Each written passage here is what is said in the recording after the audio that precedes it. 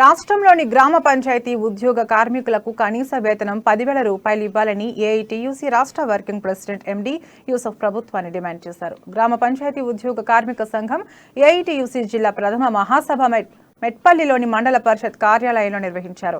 పంచాయతీ కార్మికులకు 10,000 రూపాయల వేతనం, పీఎఫ్, ఈఎస్ఐ బీమా సౌకర్యం కల్పించాలని ఆయన సర్కార్ను కోరారు. జీపీ కార్మికులు, ఉద్యోగులు ఎదుర్కొంటున్న సమస్యలపై ఈ నెల 20న కొత్తగూడెంలో తెలంగాణ రాష్ట్ర గ్రామ పంచాయతీ వర్కర్స్ యూనియన్ మహాసభకు వర్కర్స్ కదిలి రావాలని ఎండి యూసఫ్ పిలుపునిచ్చారు.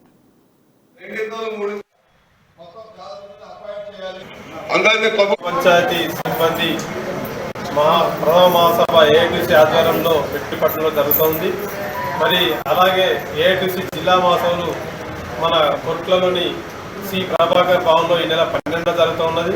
అలాగే రాష్ట్ర మహాసభ ఏఐటీసీ యాదగిరిగుట్ట మరి 27, 29 తారీఖులో మరి అక్కడ జరుగుతూ ఉన్నాయి. ఆ మహాసభలకు అన్ని రంగాలకు సంబంధించిన కార్మికులు, ఉద్యోగులు పాల్గొంటున్నాం. మనం కూడా బహిరంగ సభ ర్యాలీని విజయవంతం చేయడానికి మరి మనకు రావాల్సిందిగా కార్మిక సంఘ సిబ్బందిని అందరూ కూడా కోరుతా ఉన్నాం.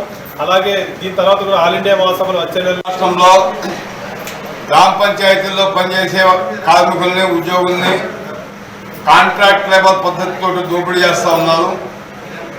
గతంలో కేసీఆర్ గారు 2014 అసెంబ్లీ ఎన్నికల్లో ఓట్లు అడుగుతున్నప్పుడు తెలంగాణలో కాంట్రాక్ట్ లేబర్ వ్యవస్థను పూర్తి స్థాయిలో రద్దు చేసి అందరినీ పర్మిట్ చేస్తామని చెప్పి హామీ ఇచ్చారు.